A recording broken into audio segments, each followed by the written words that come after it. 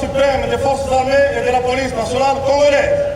Le détachement d'honneur de la garde républicaine est rangé pour vous accueillir et vous rendre les honneurs à l'occasion de votre discours sur l'état de la nation devant les deux chambres du Parlement réunies en congrès. Je vous invite à passer les troupes en revue.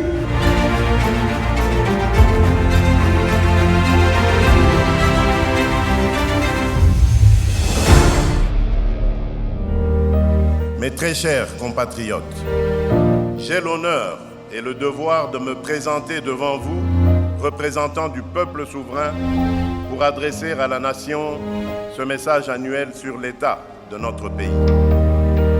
Le lundi 8 décembre, devant les deux chambres du Parlement réunies en congrès, le président Félix-Antoine Tshisekedi a présenté le bilan de son action au cours de l'année 2025, marqué par la résilience et la détermination à relever un défi, celui de la transformation de la République démocratique du Congo.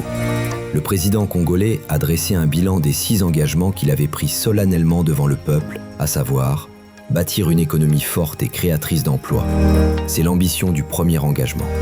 Aujourd'hui, la République transforme ses terres en moteur de croissance. En 2025, nous avons franchi un cap décisif avec le lancement, le 28 août, de la campagne agricole 2025-2026, placée sous le signe de la souveraineté alimentaire.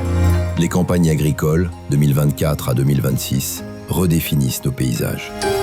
Grâce à la mise à disposition de 600 tracteurs, à la distribution massive de semences et d'engrais et à la promotion des cultures de cacao et de café, l'agriculture change d'échelle.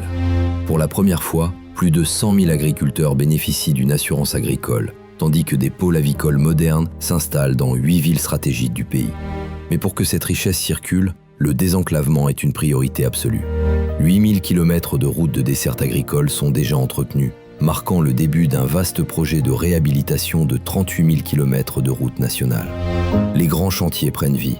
Le port en eau profonde de Banana sort de terre, la ligne ferroviaire Matadi-Kinshasa retrouve son souffle et nos voies fluviales sont à nouveau balisées. Dans le ciel, l'arrivée d'Air Congo et son plan d'expansion redonnent des ailes à la mobilité nationale. Cette transformation repose sur une énergie puissante. La mission 300 porte ses fruits. L'électrification progresse pour atteindre 21,5%. Un élan soutenu par la mise en service du groupe G25 d'Inga 2, injectant 193 MW supplémentaires sur le réseau, alors que le lancement du groupe G24 promet déjà de renforcer cette indépendance énergétique. Protéger le foyer et renforcer le pouvoir d'achat de chaque citoyen, c'est l'objectif central de l'engagement 2. En cette année 2025, les indicateurs macroéconomiques témoignent d'une stabilisation historique. Malgré l'aggravation de la situation sécuritaire à l'Est, notre pays a fait preuve d'une résilience macroéconomique remarquable. L'inflation a été drastiquement freinée pour atteindre environ 2,5% en octobre dernier. Le franc congolais reprend de sa force, avec une appréciation de 29%, tandis que nos réserves de change s'élèvent désormais à 7,4 milliards de dollars. Portée par une croissance estimée à 5,6%, l'économie nationale respire à nouveau. Sur le terrain, la lutte contre la vie chère se traduit par des actions concrètes. La suppression de la subvention pétrolière aux sociétés minières a permis une baisse directe des prix du carburant à la pompe. Dans le Grand Katanga, le prix du sac de maïs amorce sa descente, tandis que l'application Talo devient le nouveau bouclier des consommateurs pour le contrôle des prix en temps réel. Enfin, la dignité de ceux qui servent l'État est au cœur des réformes. Les soldes des militaires et des policiers ont été doublés, marquant une reconnaissance historique de leur engagement. Cet effort social s'accompagne de l'intégration de 2500 magistrats à la paix publique et de l'extension du régime de sécurité sociale de la Caisse nationale de sécurité sociale des agents publics de l'État, CNSSAP, à 1 700 000 agents publics, militaires et policiers. Garantir la paix et protéger l'intégrité du territoire, l'engagement 3, marque une étape décisive dans la refonte de notre architecture de sécurité. Nous avons engagé une gouvernance sécuritaire de proximité fondée sur l'écoute des populations et la responsabilisation des autorités locales. Les forces de défense connaissent une montée en puissance sans précédent. À travers une réorganisation profonde des commandements militaires, un renforcement des services de renseignement et une lutte implacable contre la contrebande, l'État réaffirme son autorité sur chaque mètre carré du pays. L'avenir de la sécurité intérieure se dessine avec la loi de programmation de la police 2026-2030. L'objectif est ambitieux, recruter et former 90 000 nouveaux policiers tout en organisant le départ à la retraite de 10 000 agents. Sur le terrain, la relève est déjà en marche. 700 recrues sont actuellement en formation à Kassangoulou et l'école de police de Kapalata retrouve son excellence grâce à une réhabilitation complète. Pour répondre aux défis du banditisme urbain, l'opération Ndobo déploie ses effets, soutenue par la formation de plus de 4500 membres au sein des comités locaux de sécurité. L'année 2025 restera gravée comme l'une des périodes les plus sombres de ces dernières décennies pour l'Est de la RDC. Dès les premiers mois, une offensive d'envergure a été déclenchée par la coalition AFC M23, avec le soutien direct de l'armée rwandaise. Les villes de Goma dans la province du Nord Kivu et de Bukavu dans celle du Sud Kivu sont tombées, laissant des pans entiers de ces zones sous une emprise de terreur. Mais face à cette agression, la nation ne s'est pas résignée. La riposte, légitime et résolue, s'est déployée sur tous les fronts, militaires, institutionnels et diplomatiques. Enfin, la sécurité nationale se joue aussi sur la scène internationale. L'année 2025 restera marquée par une diplomatie de paix active, avec la signature de l'accord de Doha, suivi de l'accord de Washington avec le Rwanda. Forte de ce rayonnement, la nation s'apprête à porter sa voix au plus haut niveau mondial, avec son élection au Conseil de sécurité de l'ONU pour le mandat 2026-27, tout en assurant la présidence de la conférence internationale sur la région des Grands Lacs, CIRGL. Pour garantir son indépendance et sa prospérité, la nation s'engage dans une mutation profonde. C'est l'engagement 4 dédié à la diversification et à la compétitivité de notre économie. En 2025, nous avons poursuivi la refondation de notre gouvernance minière afin que nos ressources cessent d'être une malédiction et deviennent un moteur de développement partagé. Le secteur minier, moteur de notre croissance, fait l'objet d'un assainissement sans précédent. 30 000 périmètres inactifs ont été retirés du cadastre pour dynamiser l'exploitation. La création de zones de recherche sur 36 000 km², l'installation du laboratoire de Moussampo et le lancement de la plateforme eTraceMine marquent l'avènement d'une gestion moderne et transparente. Pour protéger nos ressources et nos populations, des quotas d'exportation de cobalt ont été fixés, tandis que Massissi et Kaléé sont désormais classés en zone rouge. L'ouverture au monde se réinvente à travers des partenariats stratégiques de haut niveau.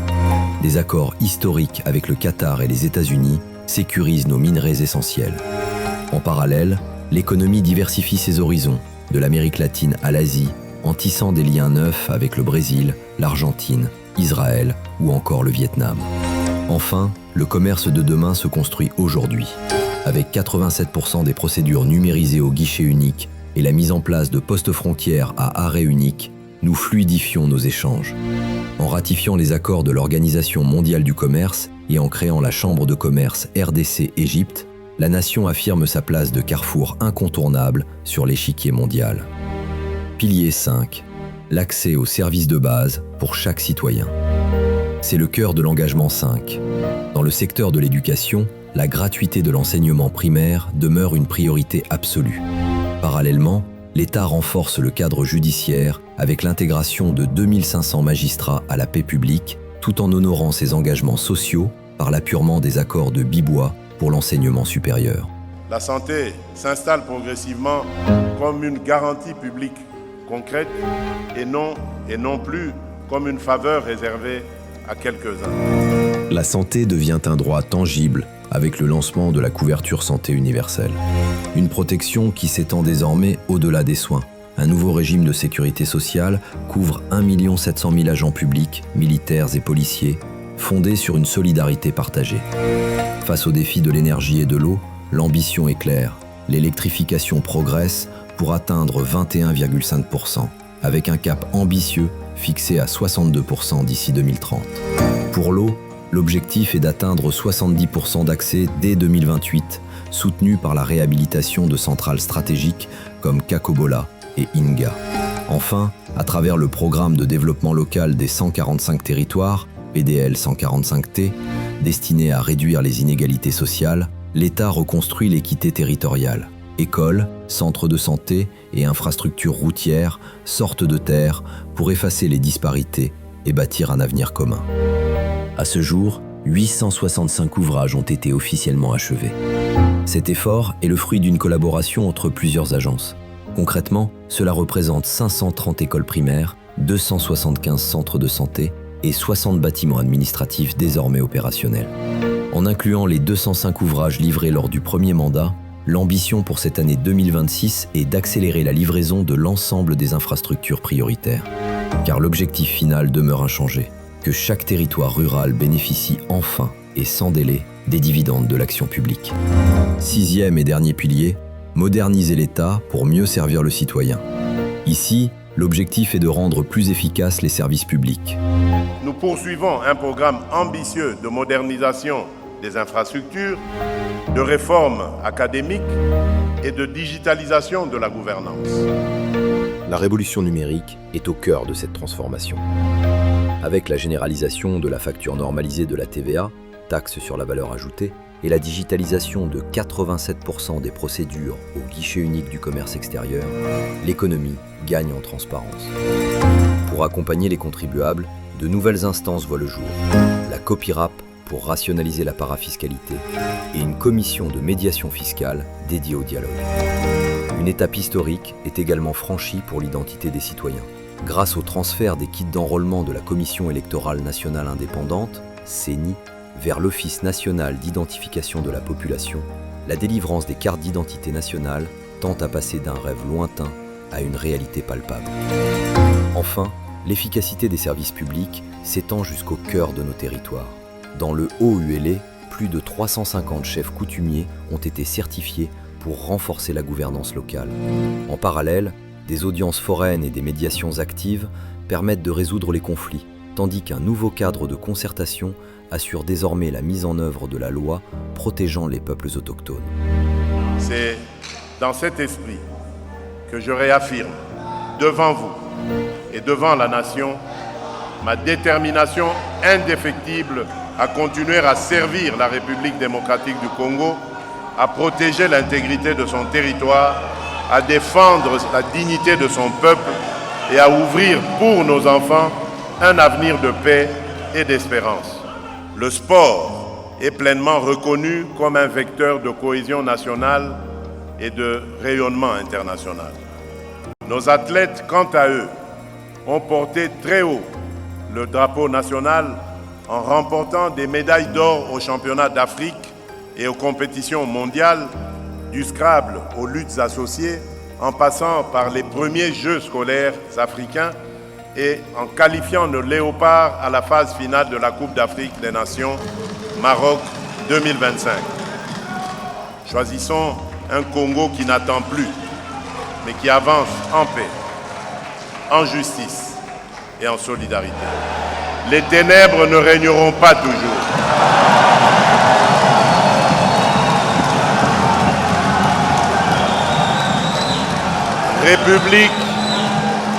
République démocratique du Congo, lève-toi et sois éclairé, car la lumière arrive.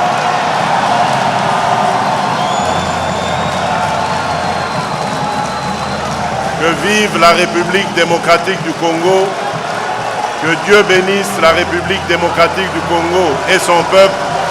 Je vous remercie.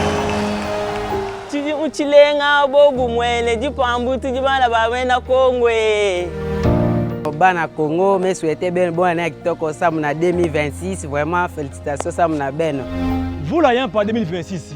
Qui vous calquez ce bête auquel les Congolais. Bonne année 2026. Sisi wote tuko pamoja wa Kongoman. Bonne année 2026 na bomoko na lokumu tozaba Congolais.